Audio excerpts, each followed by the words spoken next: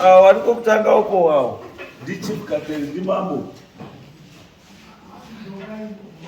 wari pakapa zimurume rakayarika guta iri ndi mambo futi ndiwo anonzi mambo nhema kumasvingo.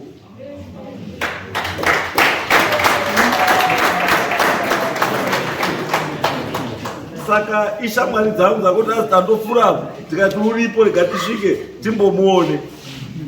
Ndosaka muri kuona vari pano. Shumba pamusoro ichanamiro nhema haasiri shamwari yenyu, nhema mwana wenyu. Ndatenda.